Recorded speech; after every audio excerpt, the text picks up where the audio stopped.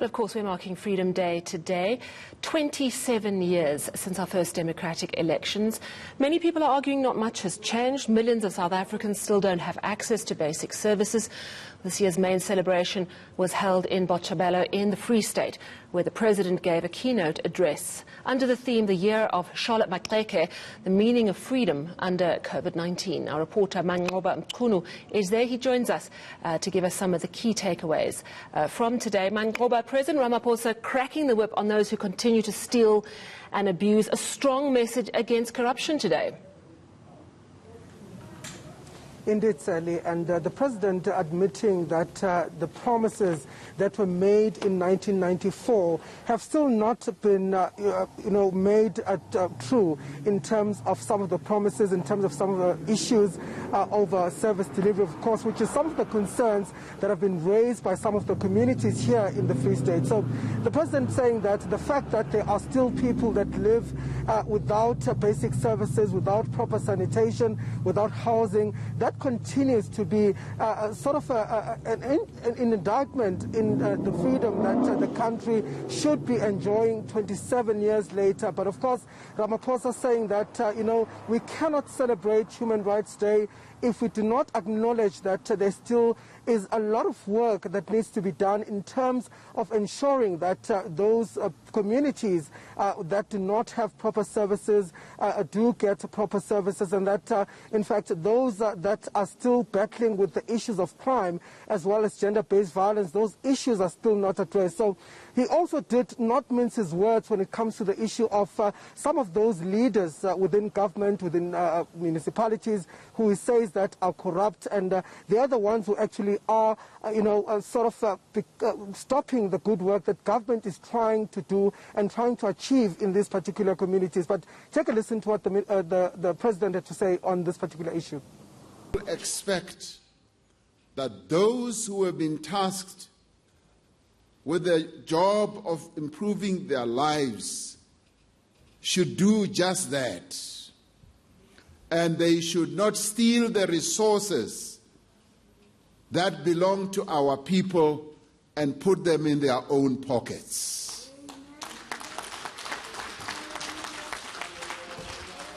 A continued practice of stealing the resources, abusing the resources, diverting the resources and wasting the resources is an affront against our people, and our people deserve better. They deserve the best that this country can give. So it is on such a day that we need to reflect on some of those missteps.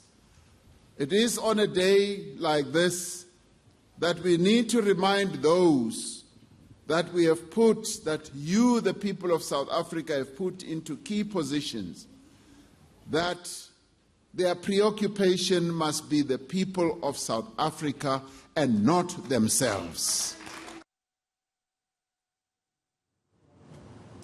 So quite a strong message there also, and bearing in mind this is an interesting juncture for the President, because tomorrow he will be appearing at the State Capture Commission, speaking about his time as Deputy President.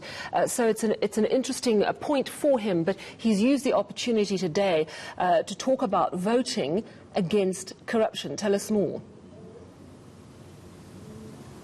Indeed, Sally, and of course the President calling on South Africans to vote in the upcoming local government elections. Of course, he says this is the only way that South Africans will be able to make sure that their voices are heard. And of course, on the issue of corruption, he says that this is the only tool and the power that they have to vote out those corrupt leaders and to ensure that, those that are stealing money from the poor, those that are responsible for the lack of service delivery in these particular areas are dealt with. So he's really called on South Africans to exercise their power, to exercise their vote by voting in this particular election. But take a listen to what he had to say.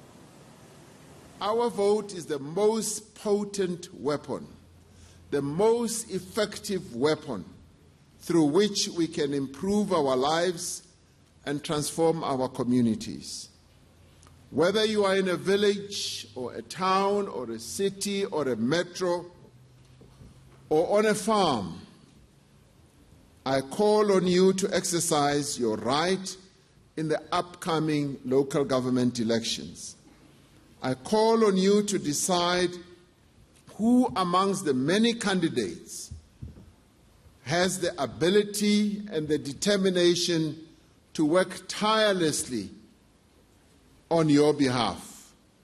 I call on you to determine the future of your own family and your community by putting your confidence in those parties that have the best policies and the will and the means to implement them. And I call on you to demonstrate with your vote your intolerance for corruption, for theft, for mismanagement of the funds that are meant for the benefit of you, the citizen of our country, the citizen of our province, the citizen of our local government. These elections are an opportunity to make your voice heard and to be part of the change that you yourself want to see. And of course, at the same time, Manqoba, we are hearing from the State Capture Commission, the former Free State Human Settlements MEC Mosebenzi Zwane taking the stand again and being questioned around concerns around the Estina dairy farm and his relationship with the Gupta family. So there's so much focus on corruption coming from many different angles. You've also today spoken to Manqoba municipality officials about some of the challenges that they have on the ground. Do those relate to corruption or other aspects?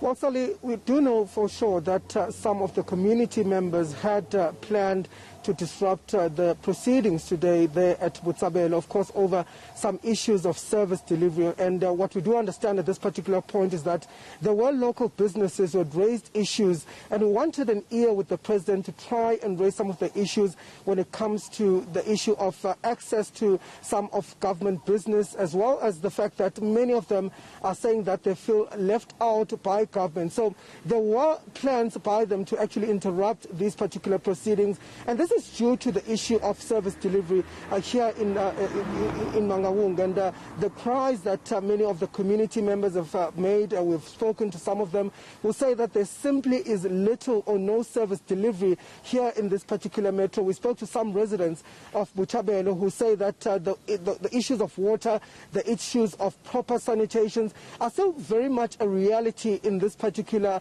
metro, and we'll pose some questions to the metro as to what could be the root cause and perhaps the plan that the municipality has to try and deal with some of these issues that are facing this particular community, although they were not quite forthcoming as to the issue of corruption or what the possible cause could be. But they did say that there are plans, however, to try and remedy the situation, and that they are in fact in talks with some of these communities to try and find a solution for these particular communities when it comes to the issue of service delivery, which has been quite a big concern for many of them. But take a listen to what they had to say earlier on. The reality is that there are challenges. There's a lot of community challenges.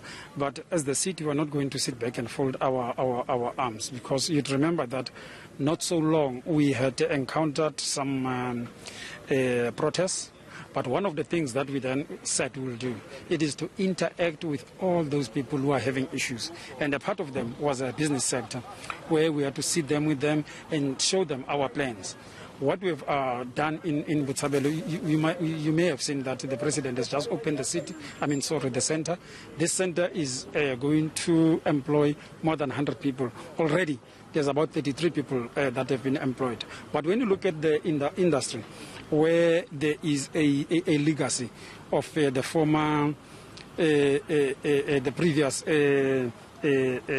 homeland government, we have started rehabilitating this sector, where we're involving both trade and industry, the province and ourselves. We're investing on that.